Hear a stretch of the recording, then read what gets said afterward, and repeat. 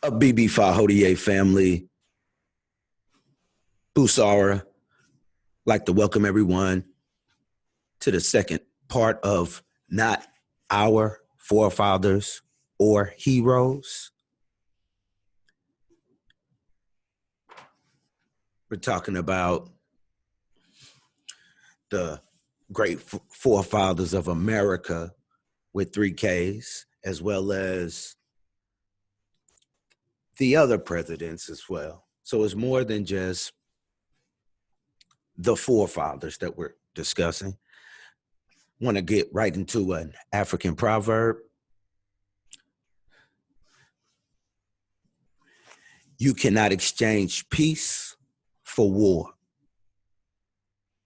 And throughout our history, as well as what I've been discussing in the previous video, so we can't exchange peace for war.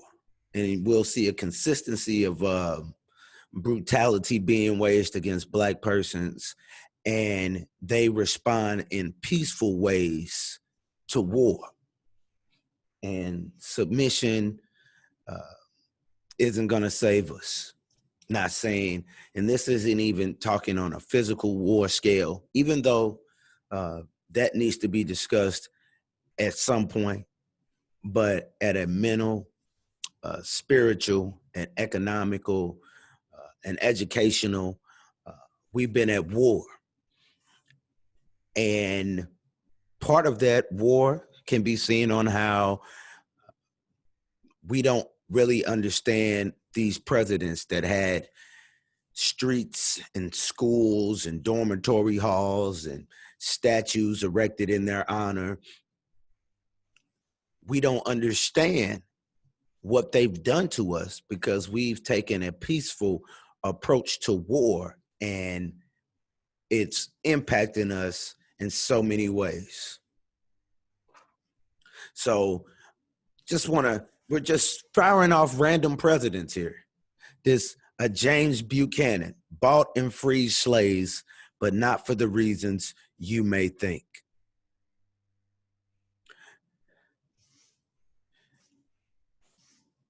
Buchanan went to visit his family before an election. I want to say maybe for either for a governor or a senator. So he went to go visit a family, and he learned about a bombshell that could ruin his carefully cultivated neutral position against slavery. Okay, it turned out that his sister Harriet, who lived in Virginia with her husband, a minister, owned 2 slaves. Ain't that some Christianity for you right there? A mother and daughter named Daphne and Ann Cook. So they owned 2 slaves, a mother and her daughter, which will make you wonder who's the father. So a lot of times you had slave owners who would own slaves that they actually were parents of or a parent of. So you would always have possibly a man owning a mistress and her children, which were his children, creating these fatherless households with a father present.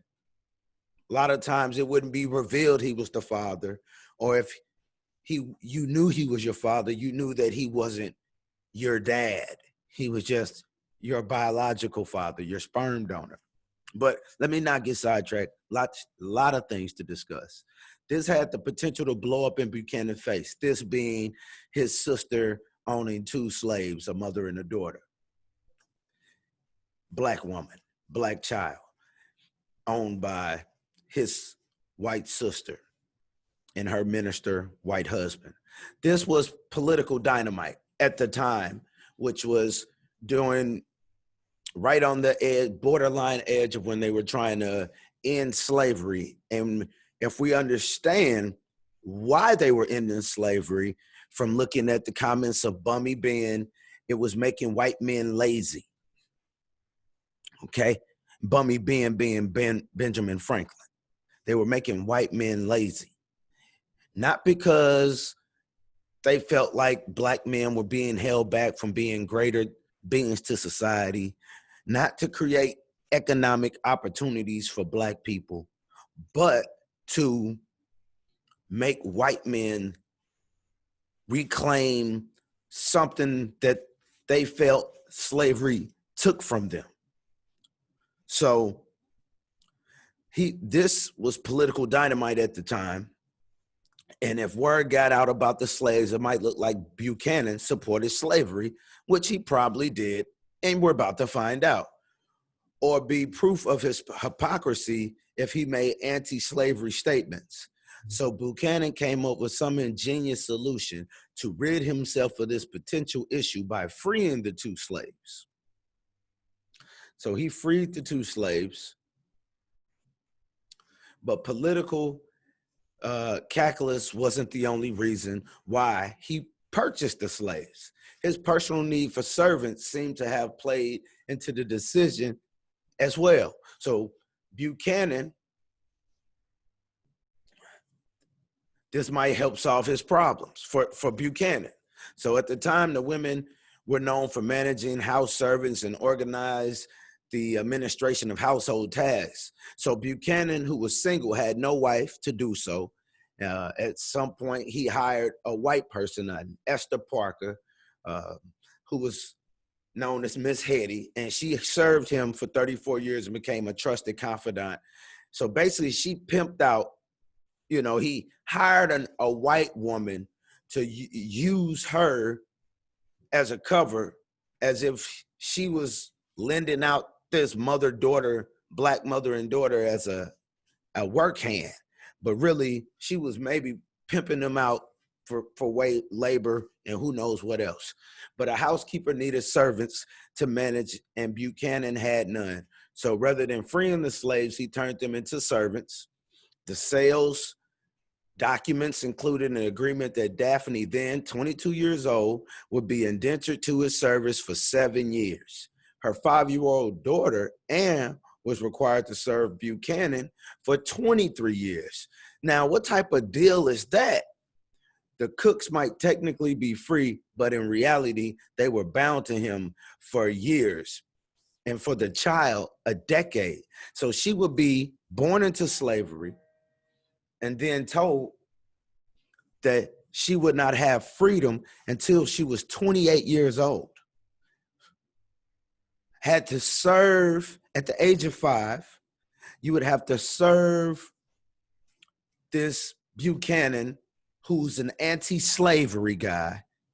You have an indentured servant agreement written up by slaves, written up for slaves at the time to make it look like they weren't slaves. Just the trickery of Yorugu all in your face. The trickery of the Iceman all in your face. That's what they do. All in the wordplay. And you'll look at these persons like, oh, he freed 2 slaves, only to re-enslave them under new language, aka the 13th Amendment. That was 1834. We switched to another president, Teddy Bear, with no guts, because none of these men did what was necessary at the time. So there, a lot of places, or a lot of articles, it's no secret that Teddy was a white supremacist. He thought the white race was the greatest. He thought that everything that was done was an attribute to white success, whether it be all of those nonsense things they created from their barbaric medical practices of the time, their cancerous cause of the Industrial Revolution, all of the things he just thought that made white males supreme. So Roosevelt, unfortunately, created the model of puppet governments for the modern times. The things that you see to where they create these imperialistic style, these neo-colonialism. He created a lot of these things in modern times on a global scale or on a international scale. So we have a lot to say about Teddy. I mean, look at who they showing him. This is a white supremacist statue. I think it was recently taken down around the George Floyd protests. A lot of statues came down, but I'm a proponent of the statues coming down. However, it's a way that the statues must come down. If the statues are being knocked down by our people because we're shifting a power, we're coming into ownership of something, I'm all for that. But for the enemy to take their statues down neatly and to pay operating engineers to use a crane or some type of equipment to hoist it off of the concrete basis on it, neatly place it on a truck and pay a truck driver to haul it. And I'm not really in agreement with that. I'm for power. That's the whole meaning of me writing this. And he's showing you power. He's riding on the horse, taming a beast, which is the horse. And he has the Native American on the ground, and he has the black man on the ground walking behind him with no shirts on. And he's basically showing you, look like the black man barely is wearing pants. You can see all the way up to his thigh area, knee straight up to his thigh. So he's not even wearing pants on this. And they just basically showing that we were these primitive people, and here comes the white man with their technology to advance us and make us greater, healthier, better people. White supremacists. So his legacy as president in his 2 terms, he increased federal oversight of big business and expanded the reach of government. However, he failed to transform the Republican Party, which was a conservative, still is, pro-corporate interest party, still is. And he focused on educating the public and used his power broadly to improve the lives of lower class and expand the rights of women. White women. They don't like to say it like that, but that's the truth. So he made it easier for white women, because we know he did, because a racist is known that in his legacy, he's a racist whose beliefs reflected those of the time. That's something that white, which I got this information from, something that white journalists, white media, white schools, and black persons who are regurgitating white information, they soften up racism in a way to where they make it look like it was a thing of that period and it's done. Like, oh, it's over with. No, racism is not a period. It's something that hasn't stopped. It's an essay, or it's a trilogy, or some type of encyclopedia collection. It doesn't stop. There is no period of racism. There's consistent racism. So you had a period where people used VCRs. You had a period where persons rode in horse and carriage for primary transportation. Those were periods. They stopped. This hasn't stopped. It has evolved. Okay. So Roosevelt thought African Americans to be inferior to white citizens, not just to white men, but to white citizens. So he didn't think that black women were smarter than white women, just like white women didn't think that black men could be smarter than them. That was a arrogance among them. I mean, as we go along, we will see how no matter what black people had as far as decoration and these things, they were still expected to treat white people a certain type of way. So a symbolic thing a lot of people like to talk about is how he invited Booker T. Washington to the White House to dine at the White House. But if you understand war, you'll meet with your enemies at the White House. You'll bring them in, or to make it look like something. If you know a people are ruled by caprice, which they said in Crania Americana, black people are ruled by caprice. Google that. I'm not talking about a photo Chevrolet or a two-door Chevrolet, box Chevy, round Chevy. I ain't talking about that. So Google what caprice means if you don't know, or look at some of my previous work. They have the knowledge of knowing how we are ruled. They'll give us symbolic gestures such as, oh, look, he invited Booker T. Washington to the White House, and that'll garner black support.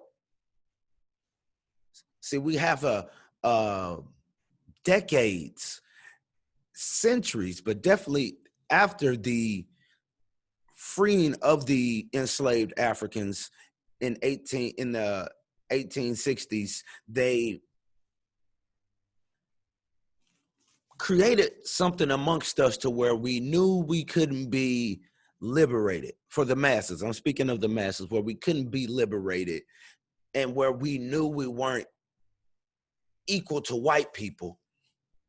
I mean, this is something they created amongst us, but so we would just argue for minute gestures instead of seeking for power. And those players who did seek power were either ostracized, villainized, slandered, and just misrepresented by those who were seeking to be amongst the whites. So we have our Teddy Roosevelt. He dismissed 160 black soldiers from service, assuming them all to have colluded in a criminal shooting spree. 160 black soldiers from service. Now, this was, again, I got this from a white article. I don't really reflect on where I got it from, but I didn't write this. They softened this up, just said it real quick. Let me go in depth on these soldiers that were dismissed from service. So since it was an incident, it was called the Brownsville incident, or the Brownsville uprise, or shootout, Brownsville shootout. Don't get me wrong on that. But either way it go, it was in Fort Brown in Texas.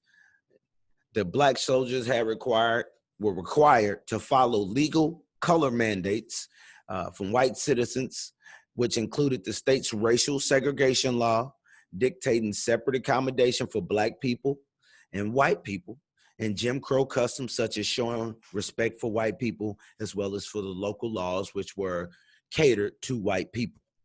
Now, these are soldiers who fought in battle.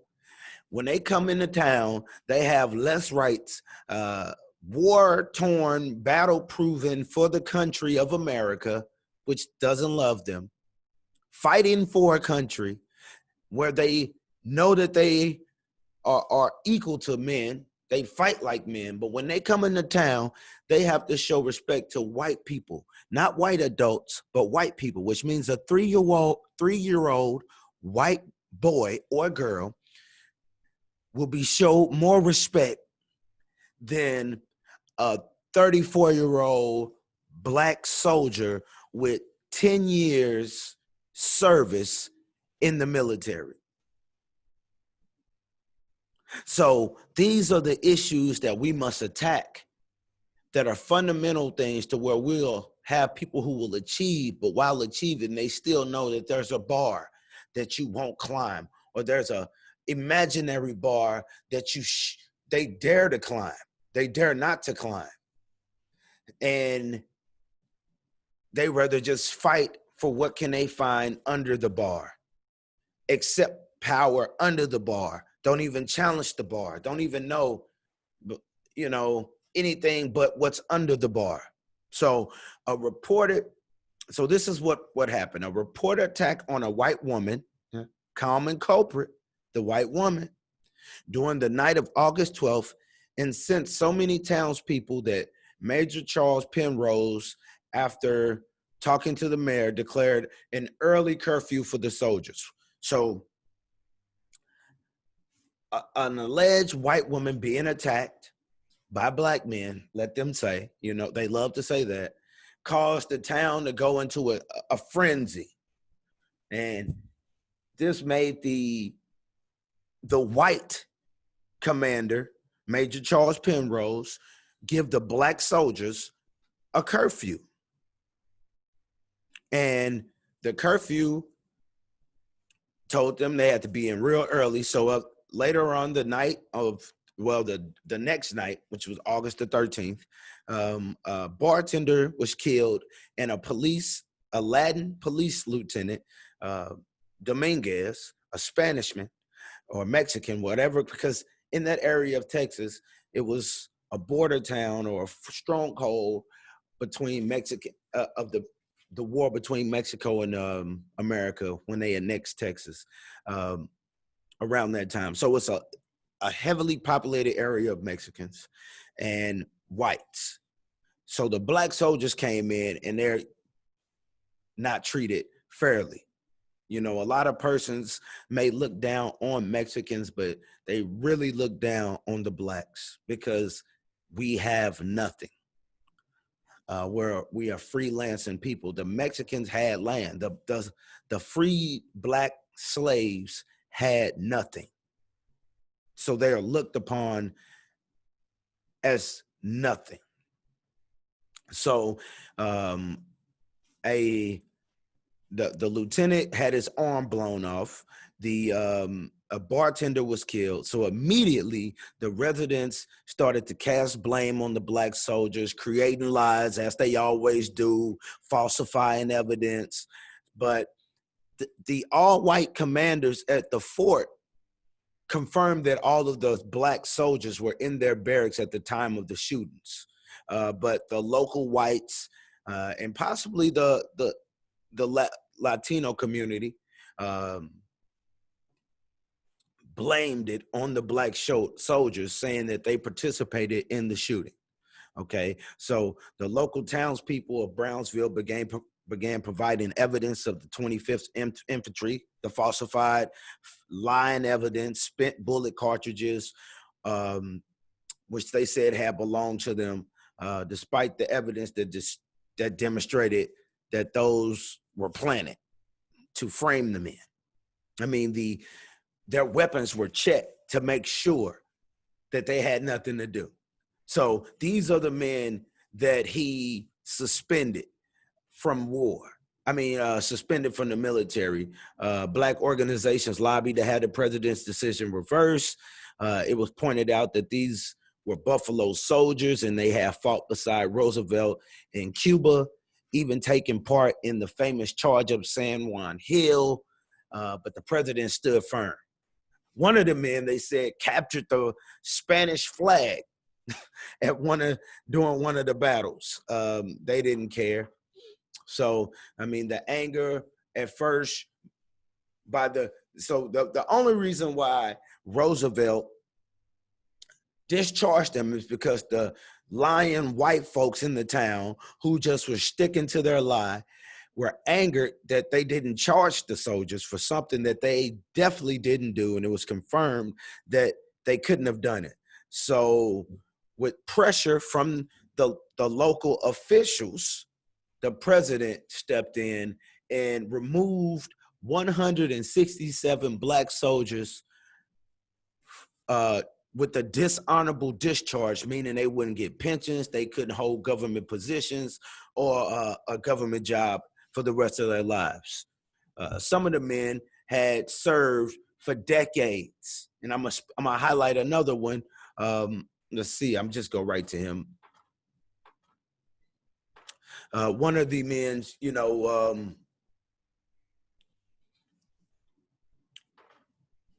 Mingo Sanders.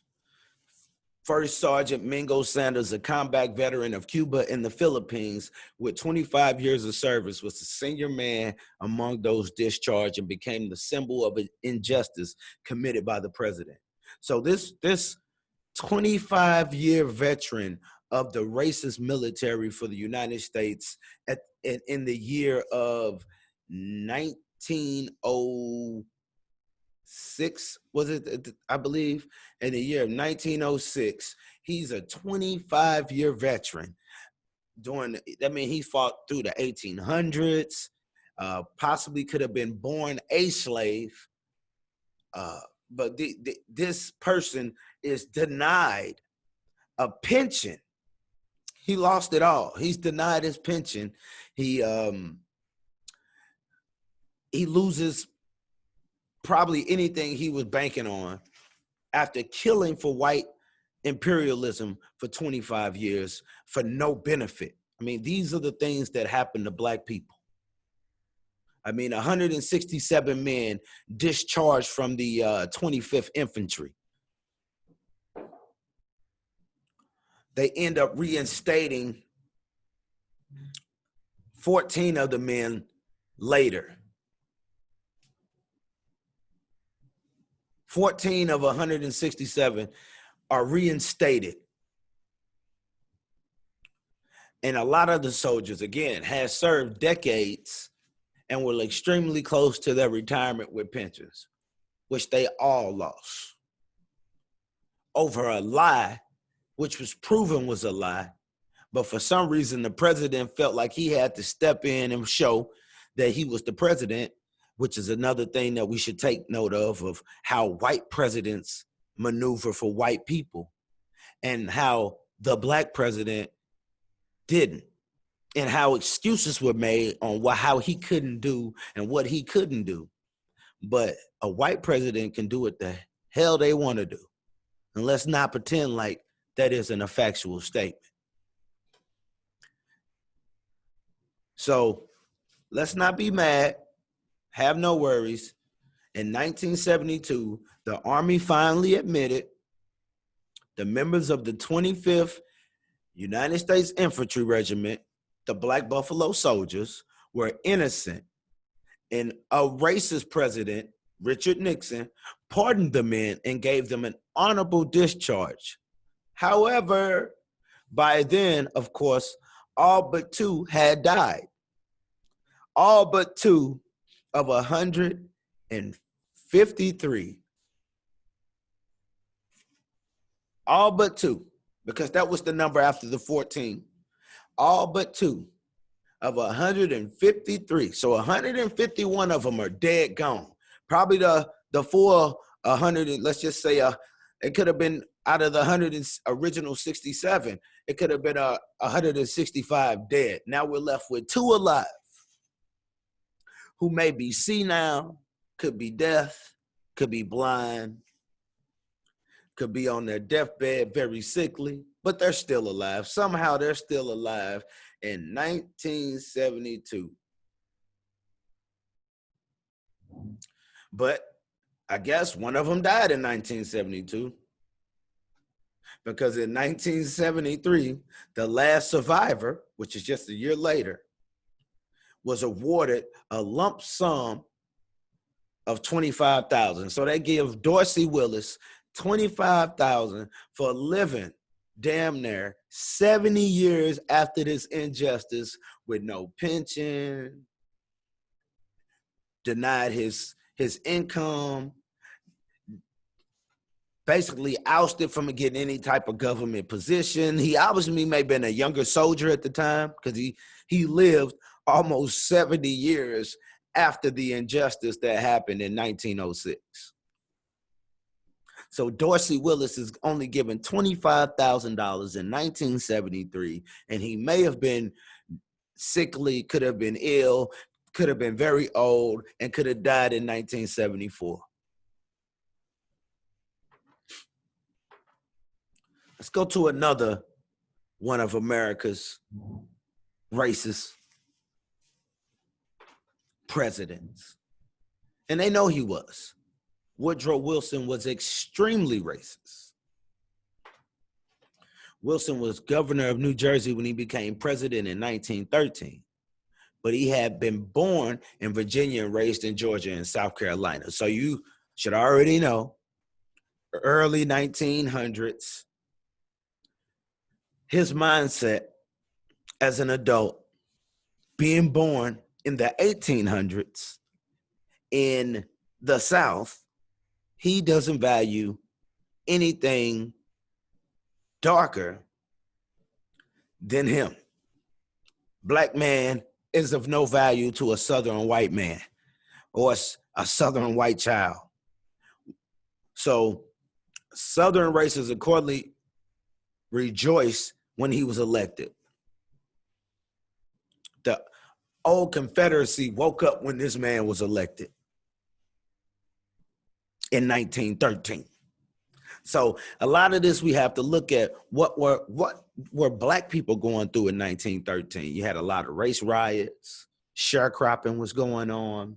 But I mean, the chain gangs were going on. I mean, I don't think we realize when we brush softly over the racism of these presidents through the articles written by white media publications to control the narrative, to control the outrage, to control the strategy that will be implemented by learning certain details.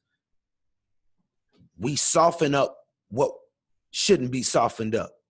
So we must think deeper, like what was going on for Black people in 1913 while they had the King of the South elected and Confederate soldiers and Confederate enthusiasts and apologists or sympathizers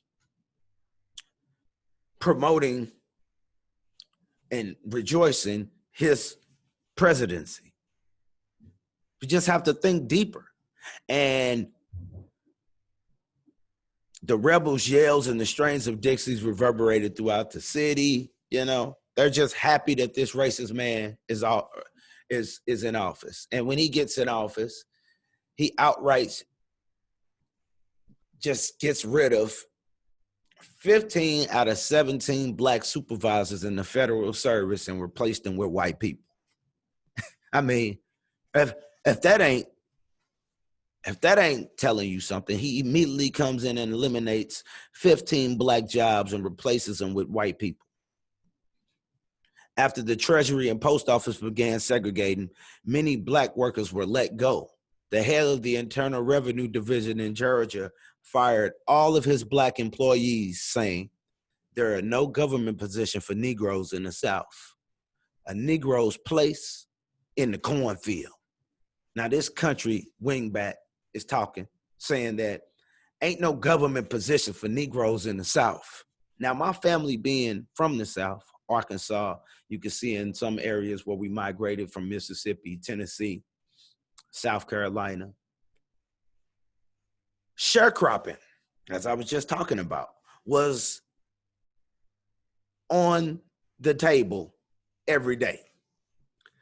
So when you have people saying that Black men shouldn't be working, Black people shouldn't be in government positions, that Negroes place in the cornfield, that means they want us enslaved, because that's what was going on. They didn't say you need to own you a cornfield.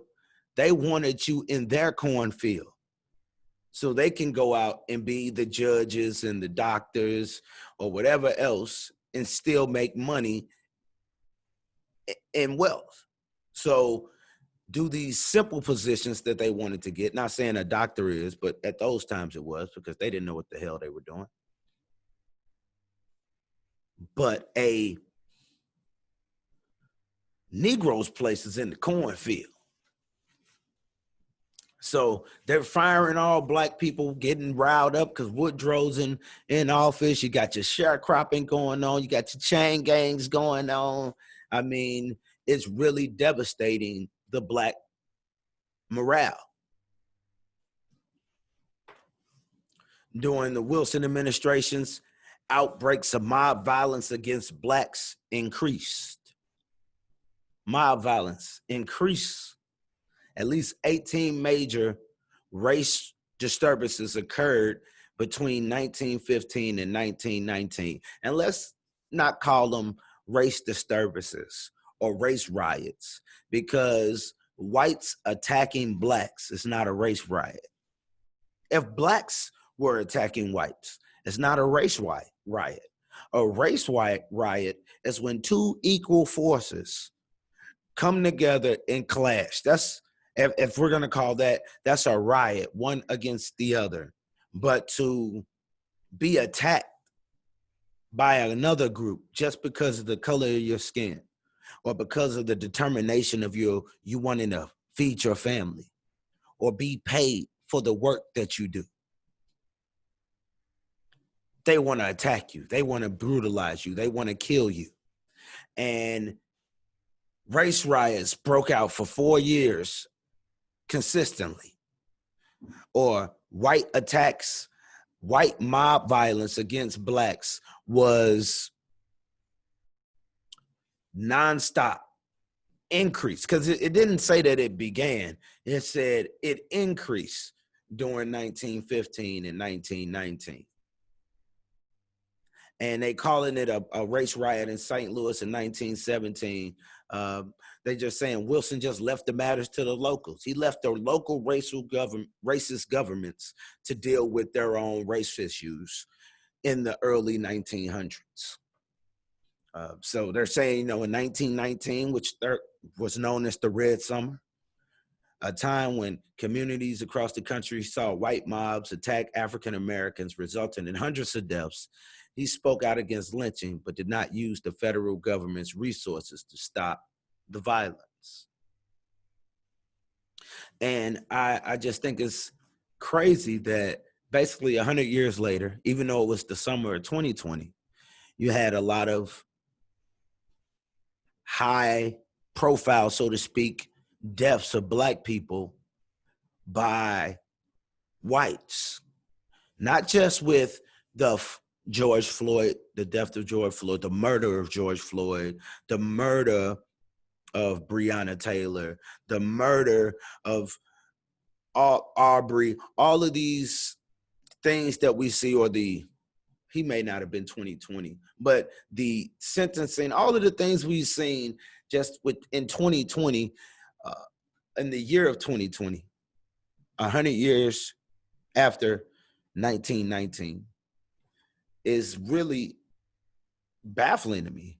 It just shows you progress is very misleading for the Black persons. Very misleading. So Wilson didn't consider races fundamentally equal, and he had no intention of equalizing them under the law. So here we are, where I think he may have been either the 28th or some president.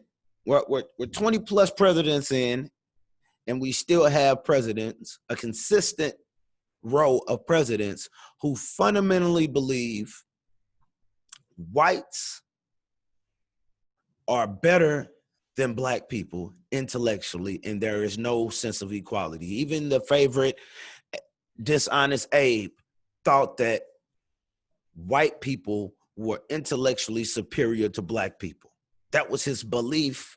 He had no other belief. He didn't think that Black people deserved certain rights. He just felt like they needed to be freed. And he freed them, as Dr. Umar has stated, to save the Union more than to save Black families, Black couples, Black education, Black businesses. He didn't do it for that. And we'll have to be overzealous idiots to think otherwise. So, and we're still talking about these racist presidents. So we've talked about slave buying Buchanan, who switched it up and called them indentured servants. We have Teddy Bear Roosevelt, and then you have Woodrow Wilson. So, I mean, we're still on Wilson here. W.E. Du Bois, who for some reason had supported Wilson in 1912, before being disenchanted by his segregation policies, which let me draw a line right there. W.E. Du Bois has some questionable things that he's done. However, if you look at the modern day Black politically savvy person, and I'm calling them politically savvy in a sarcastic way, the Black politically savvy person in this age is whoever agrees with white politicians, white political parties, and white ideology. Their progressive ideology has to include LGBTQ, all of these feminist rhetoric. It's all whatever white people have constructed for them to regurgitate. And they're the modern day W.E. Du Bois. They support people they shouldn't be supporting. No Black person, and I don't want to sound like this, but no Black person should be supporting any politician. That we should be trying to get things from them, but we shouldn't be supporting them. And W.E. Du Bois learned from when he supported an open racist, a man who didn't even think we were equal to him intellectually. What are you doing supporting him? And W.E. Du Bois is not stupid. But this is that mental ceiling we're talking about here. So he's supporting a racist in 1912 before realizing that, oh man, I'm tripping. But he wrote to the racist, one colored clerk who could not actually be segregated on account of the nature of his work, and who consequently had a cage built around him to separate him from his white companions of many years. So they were literally putting Black people in cages to segregate them away from white people. Now, it wasn't a cage as you look at with a lion cage, but they were building a cubicle, a Negro cubicle for you to be in. Modern day, we got to modernize it for you. The modern day slave cage will be your cubicle, for you find a lot of Negroes on telemarketing and bill collector jobs, customer service jobs in those cubicles. That's the new slave quarters. But they were putting Black people to, I mean, if you worked around white people to where literally you had a job, they didn't want to do it because they would have just got rid of them and put a white person in there. Obviously, it was a nigger job. And I'm using quotations. So for them to put you on it, put a Black person in there and build a box around them so they couldn't see their white coworkers who they had worked around for years. And that's how your white friends will do you. It might be all good. We don't understand the resentment, but all it takes is for legislation to back up their feelings, and they will show them. All it takes for is police to protect them for showing their true emotions. There being no backlash, and they will show them. They're still there. And by us walking around pretending that peace is equal to war, we are going to be going up a creek. So this is Woodrow Wilson's words. And we have to remember he was supported by a Black man who didn't support Marcus Garvey, a Black man. So here we have W.E. Du Bois not supporting Marcus Garvey. He also has some ill things to say about a lot of Black leadership. But he supported Woodrow Wilson at some point. And he supported Woodrow Wilson, a man who said the white men were roused by a mere instinct of self-preservation until at last there had sprung into existence a great Ku Klux Klan, a veritable empire of the South to protect the Southern country. End quote. Racist Woodrow. Now let's go to the 30th president. So yeah, I think Woodrow may have been 28th or 29th, and Calvin Coolidge, the 30th. And we're going to breeze through Coolidge because he's only getting talked about for a specific, particular reason. His presidency may have been the most important to white modern attacks on black people. The modern fight on black liberation was protected by this funny looking white man, Calvin, ain't nothing cool about him, Coolidge. May 10th, 1954, President Calvin Coolidge appointed the most dangerous person we've ever seen to black liberation, J. Edgar Hoover. And he would serve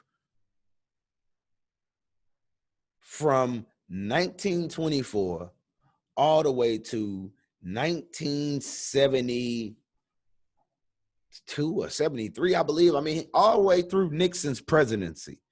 So he was in from Calvin Coolidge to Richard Nixon. All right, Calvin Coolidge here was also known.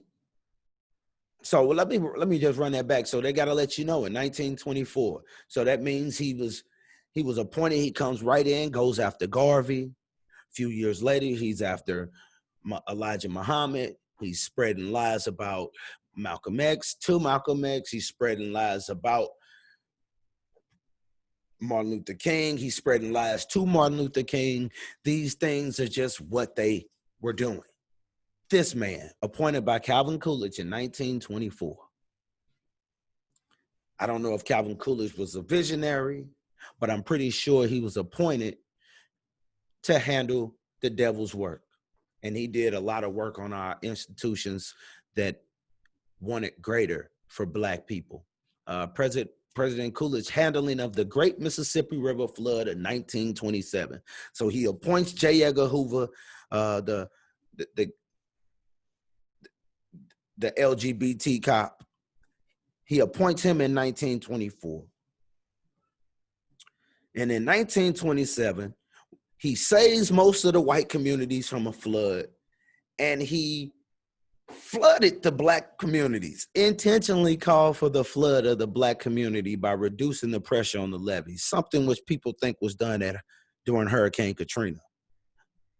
And then these thousands of displaced blacks were forced to work for their rations, which is food, under the gun of the National Guard and area planters. So they just militarized white folks, the militia, which will happen.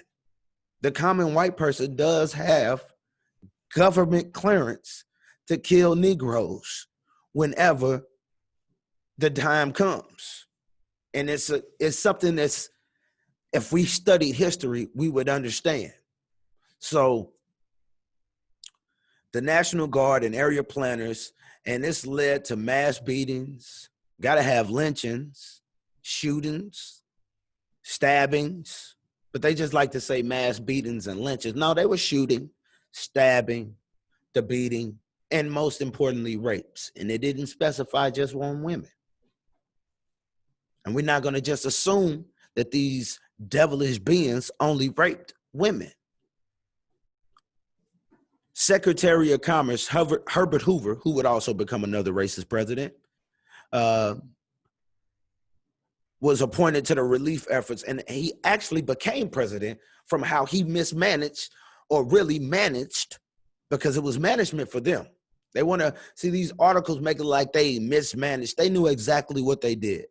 They saved the whites by flooding the blacks. The Great Mississippi River flood. Have any of you ever heard of it? The Great Mississippi Flood of 1927, the saving of the white community at the expense of flooding the black community. And they'll save the white community from drugs and flood the black community with drugs. They'll save the white community from unhealthy foods and other unhealthy products. And then they'll flood the black community with unhealthy food and unhealthy products.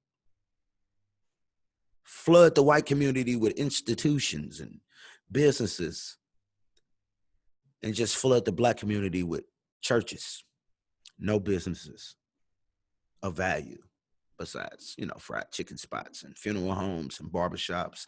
And I'm not knocking us, but it's a war out here, and we out here acting peaceful, getting haircuts every two days, like we preparing to cut the ribbon on our castle we built.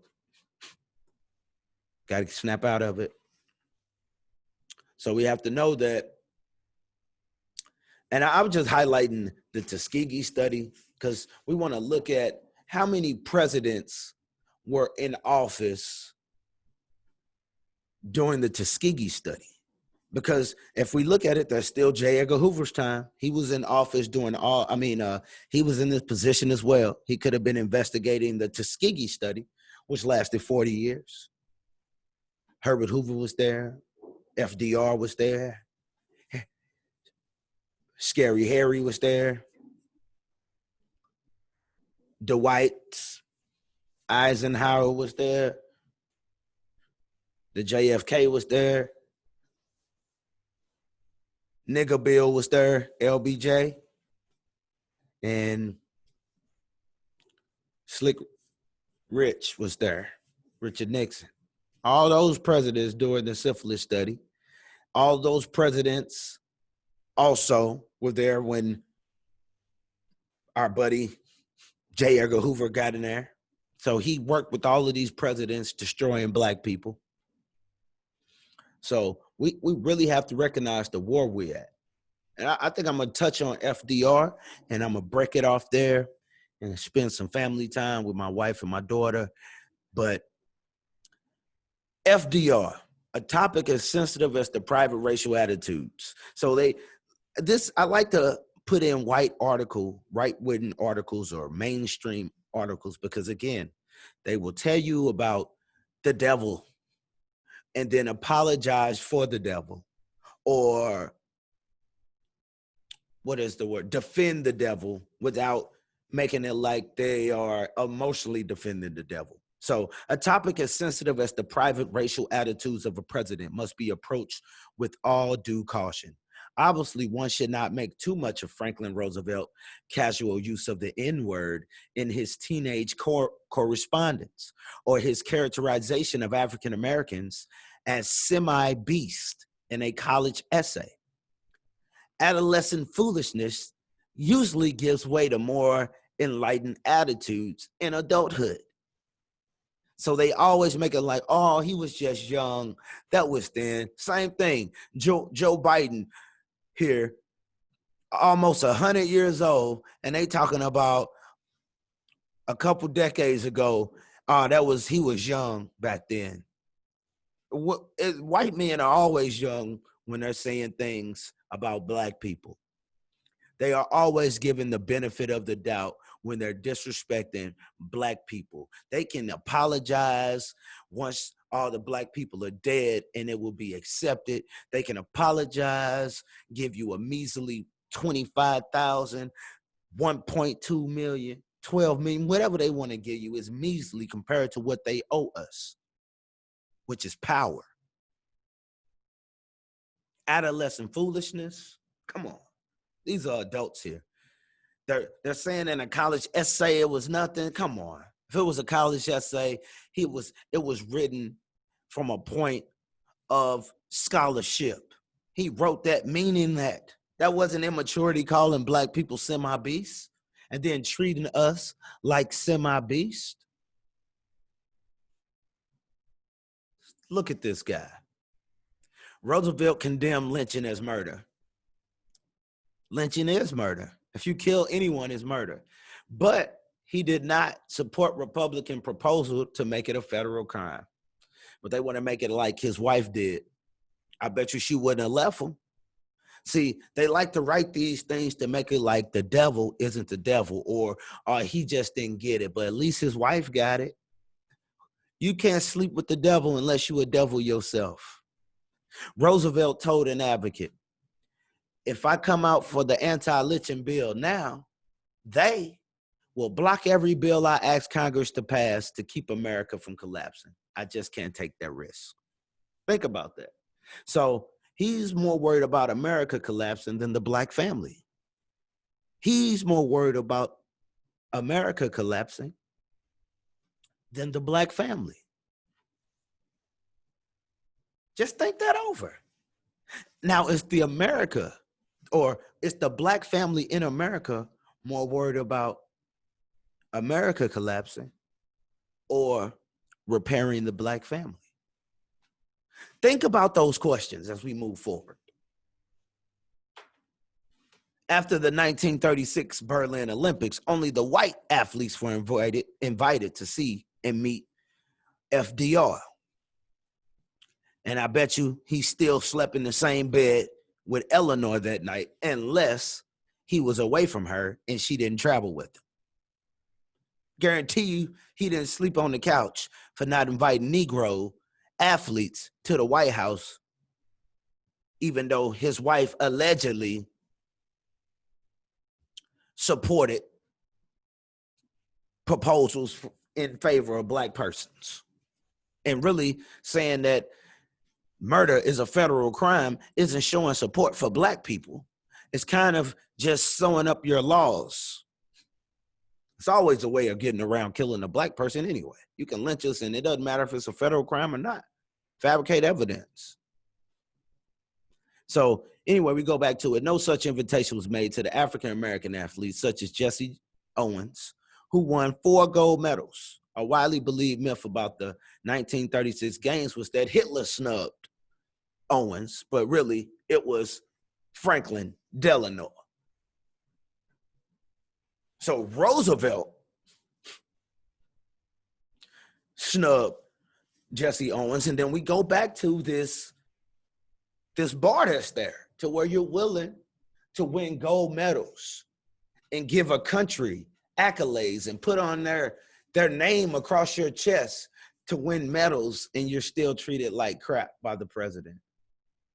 Still facing segregation, like the Buffalo Soldiers. They went and fought wars, captured flags of their oppressor's enemy, and they still had to treat a white child better than they expect for a white child to be treated better than them. They still had to deal with segregation and couldn't eat where white men would eat. They couldn't shop where white people would shop. And they were war torn. You have someone who's an athlete, put on the USA on their chest, put the flag on as a cape, won 4 gold medals, and you don't even want to shake their hand.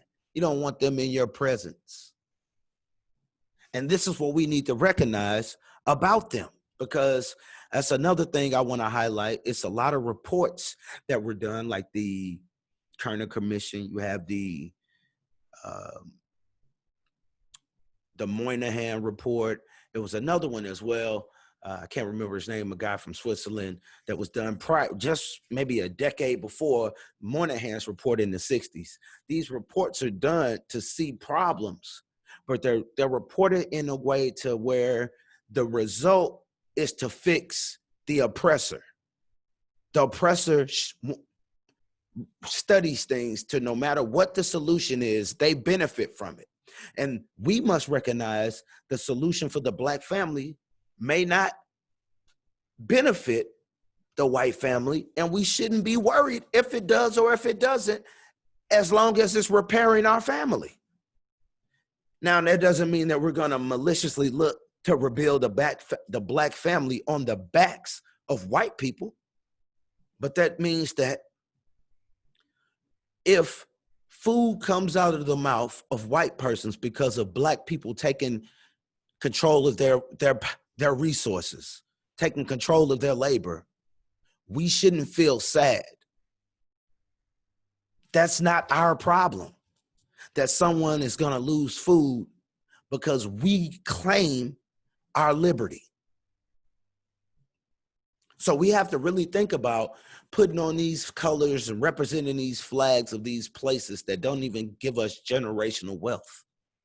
What are we celebrating? Are we celebrating white acceptance? Are we running for white people? Now, I understand as an athlete, you're not thinking politically, but that's another problem, because everything's political, because they damn sure don't attend the games if they have political problems with the country where it's being held. Everything is political. FDR also nominated Hugo Black to the Supreme Court, allegedly not knowing that Hugo Black had been an active member of the Ku Klux Klan in the 1920s. And I would assume an active member of the KKK would mean someone who actively knows how to tie a noose. Like, what is active KKK work? Building crosses that will be burned, making sheets that will be put on faces. What is an active? What by active, member? What is active is an action. So were you burning crosses? Were you lynching? What did Hugo Black do to be labeled an active member in the 1920s, which was a turbulent time for race?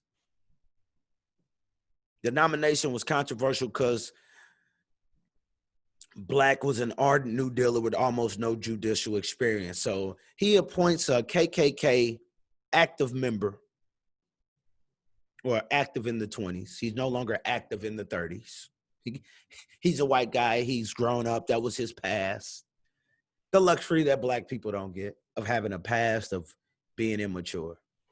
So we're gonna stop it there. I think that's a lot of presidents we've covered so far.